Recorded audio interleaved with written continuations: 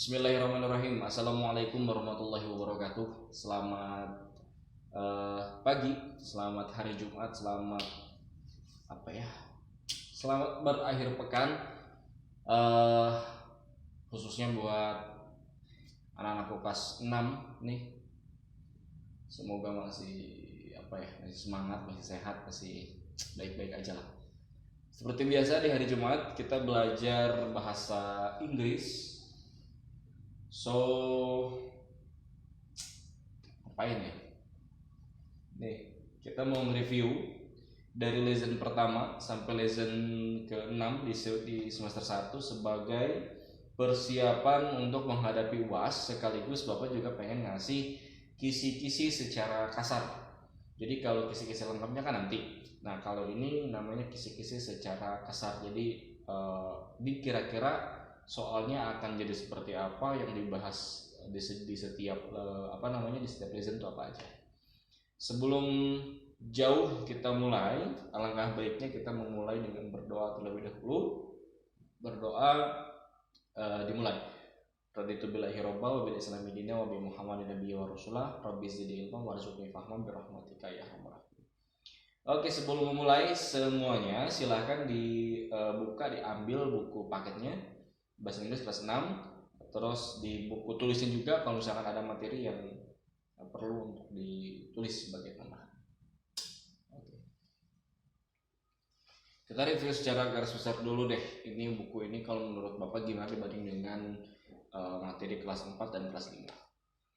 Secara garis besar, materi di kelas 6 ini mungkin pengen mengulang dari materi yang di kelas 4 sama 5.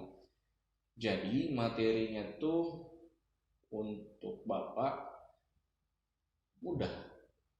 Materinya tuh mungkin terlalu mudah. Bukan mudah, berarti terlalu ringan. Materinya itu terlalu ringan untuk kelas 6. Jadi akibatnya kita perlu nambah materi-materi dari luar. Seperti yang kita juga tahu nih, yang kelas 6 nih, kita sampai belajar tenses juga karena materi yang di sini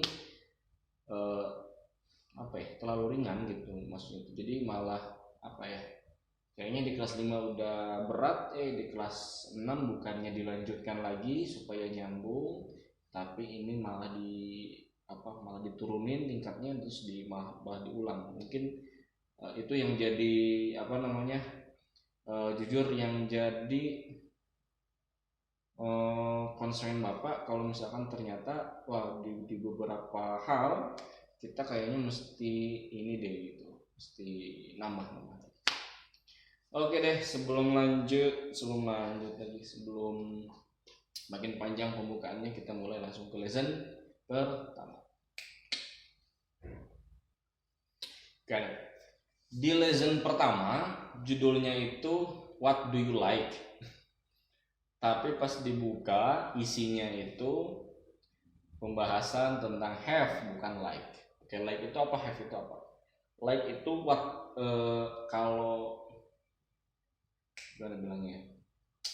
Like itu bisa diartikan suka, bisa diartikan juga seperti.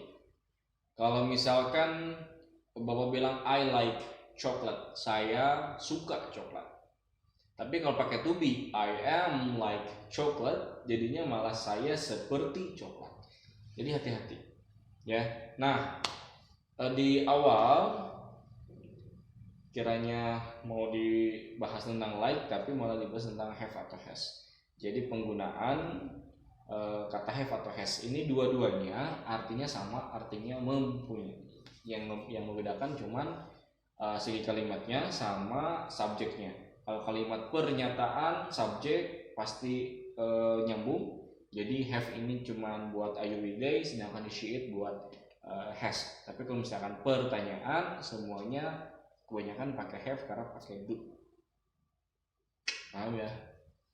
Ini yang kita pelajari di lesson pertama. Selain itu paling tambahan kayak sapaan lagi untuk mengulang, kayaknya buat nge-refresh juga gitu kan, kayak sapaan-sapaan how do you do gitu kan, where do you live, ya hal-hal seperti itu.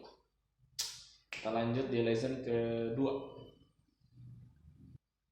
Untuk di lesson kedua, judulnya tuh How Many Things Are There. Ini nyambung karena yang dibahas juga tentang jumlah dan kalimat countable sama unaccountable. Countable ini dari kata count, artinya hitung.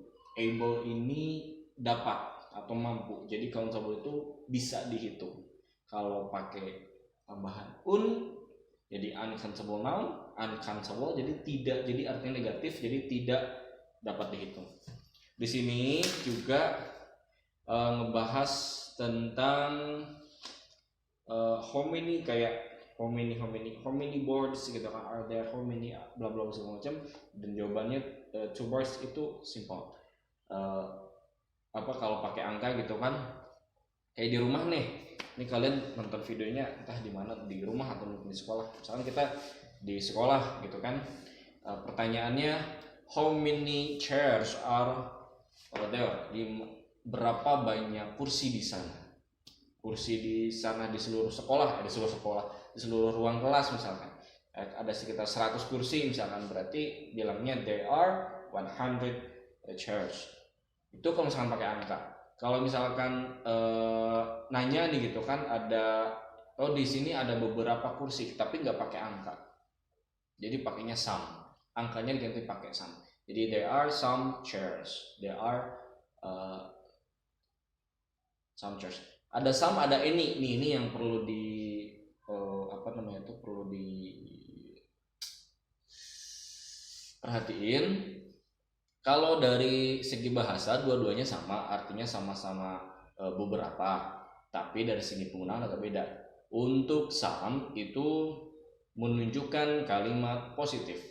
Jadi sudah dipastikan si pembicara dan pendengar itu tahu ada benda itu, gitu kan. Kalau masih bingung, Bapak kasih contoh, kasih contoh kalimatnya tuh do you have,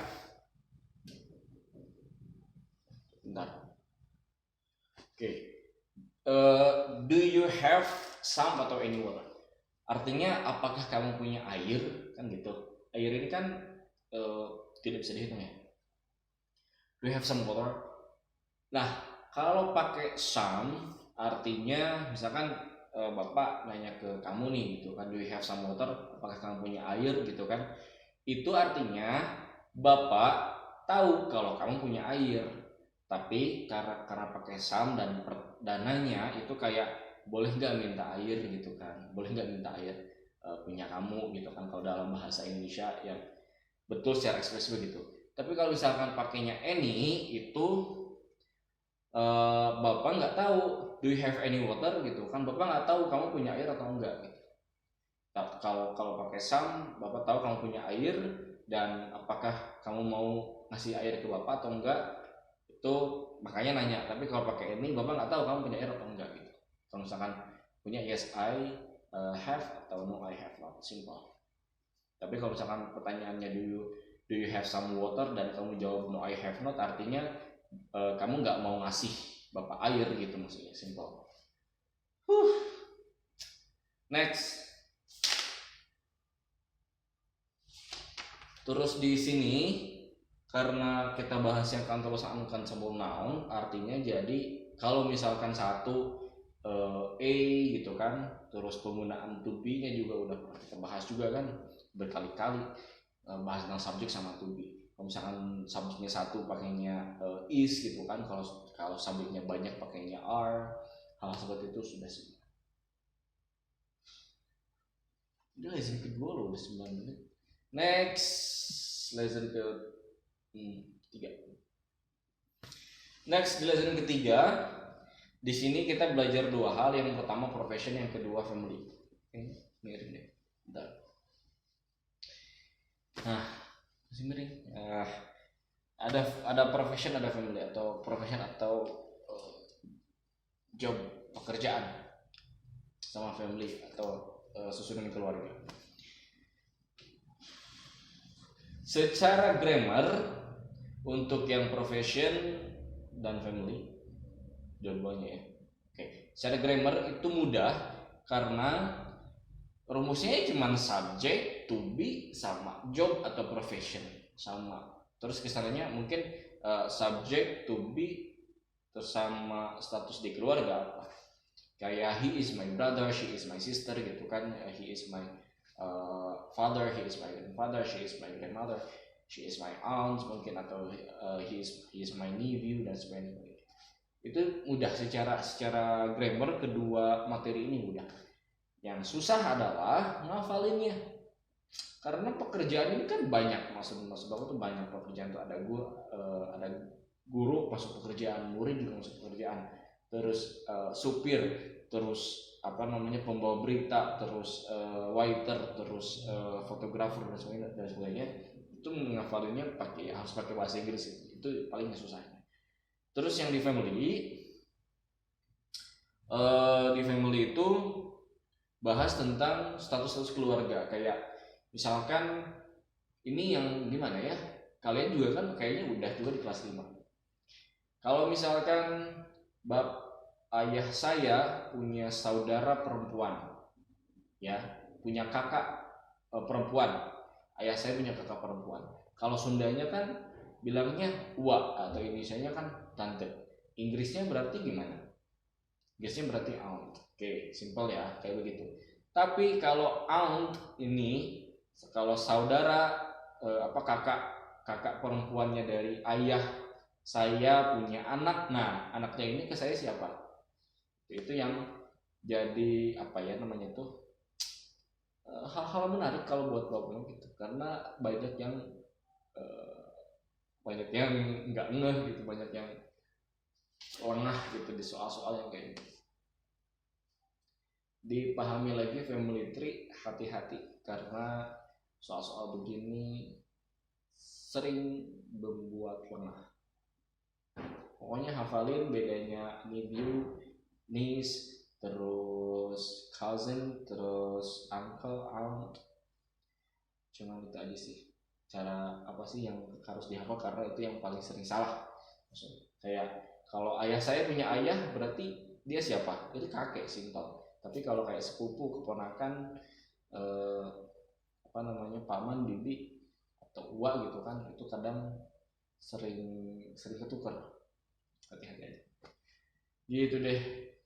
Ini kayaknya lesson ketiga memang sejauh ini materi yang paling mudah di antara yang lain. Next. Untuk di lesson keempat, sejatinya cuman satu yang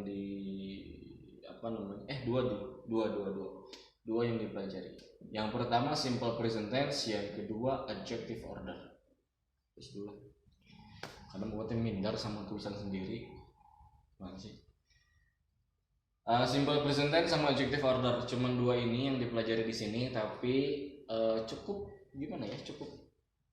nggak susah sih, cuman cukup ribet aja.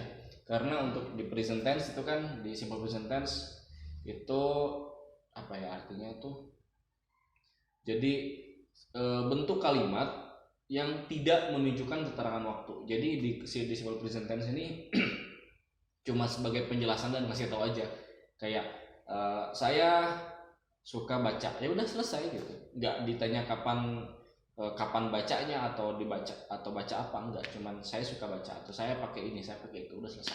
Enggak di kapan saya pakai ini, kapan saya pakai itu, enggak. Kalau di simple present tense ya, jadi cuman habit aja, cuma kebiasaan.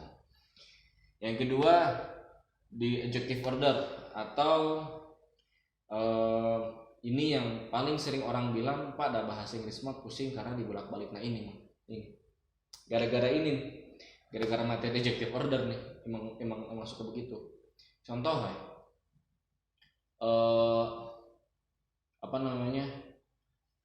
sepatu itu shoes ya, tapi ukurannya besar, terlalu besar buat saya. Misalkan besar itu kan big, sepatu itu kan shoes.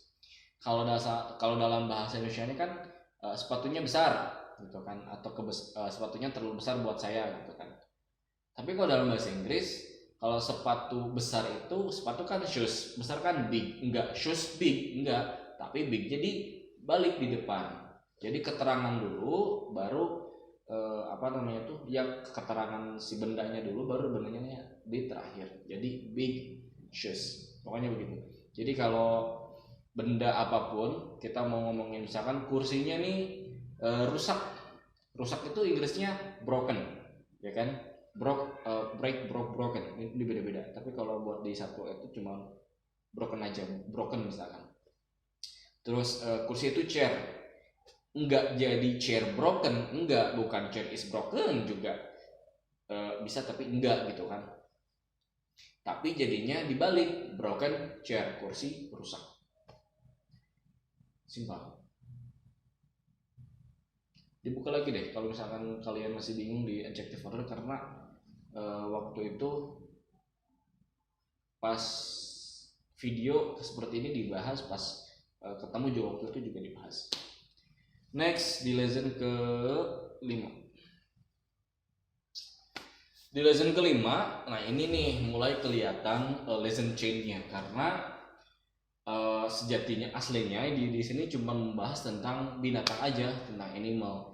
Tapi cara pembahasan di animal ini, mereka di buku khususnya mencampurkan dari mulai simple present tense, terus have sama has, terus adjective order juga ada, terus apa sih namanya tuh, udah kayaknya deh, soalnya present ada simple present continuous tense juga ada. Jadi pelajaran yang sudah kalian pahami dari lesson pertama sampai lesson ke-4, nah di lesson ke-5 itu nggak ditambah materinya, tapi temanya yang dirubah supaya kalian bisa mengulang yang sudah dipelajari di lesson 1 sampai lesson 4. Tapi kalau boleh Bapak bilang, di sini di lesson ke-5 diklasifikasikan sebagai descriptive text, meskipun enggak enggak resmi juga, karena di sininya enggak dijelasin descriptive text itu apa dalam bahasa Indonesia dan sebagainya. Cuman dari segi teks, dari segi pengerjaan, dari segi hal-hal yang seperti itu, Bapak ngelihat ini sih lebih ke descriptive text. Dan begitulah mudahnya di lesson ke-5. Kalau misalkan kalian lesson 1 sampai lesson 4 udah paham, lesson ke-5 pasti lebih gampang, karena yang ditambah cuma vocabulary doang tentang bagian-bagian tubuh hewan dan tentang hewan-hewannya itu sendiri. Next, di lesson ke-6 atau di lesson terakhir di lesson ke-6. Jadi kayak lesson 1, 2, 3, 4 itu untuk menghadapi lesson ke-5. Nah di lesson ke-6, lesson terakhir di semester ini, kayak di buku ini kayak nambah materi baru gitu loh, karena hampir tidak ada jadi kayak lesson chain-nya tuh dari 1, 2, 3, 4, 5 itu putus. Jadi 1 sampai 5 di sini, 6-nya di sini doang, klik 1 gitu. Jadi dia kayak nggak ada lesson chain dari lesson 1 sampai lesson 6. Di sini cuma belajar tentang preposition atau posisi-posisi benda di dalam rumah, khususnya nih di dalam rumah. Jadi kayak depan, belakang, samping, kanan, kiri, atas, bawah. Cuman kalau di kelas 4-5 kita belajar preposition secara sederhana, cuman in sama on doang. Nah di kelas 6 ini kita kayak ditambah lagi prepositionnya, ada under, ada underneath, ada on, terus ada below, ada behind, ada beside, terus ada left, right, terus jadi ditambahnya itu cuma ditambah vocabulary itu doang. Simple. Jadi kalau kalian udah mempelajari preposition sebelumnya, pas menghadapi position baru di kelas 6 ini nggak bakal kaget, karena struktur kalimatnya sama aja, cuman vocabulary tentang prepositionnya itu sendiri itu ditambah. Dan kita juga waktu itu udah membahas untuk penambahan preparation tambahan kayak in on add untuk penggunaan tempat khususnya. Diulang lagi saja supaya video ini tidak terlalu panjang. Jadi kalau ngulang banget dari awal sampai akhir ini nggak bakalan cukup 20 menitan. Kemudian begitulah akhirnya review kita dari lesson pertama sampai lesson terakhir, lesson 6 untuk di semester 1 kelas 6 nih.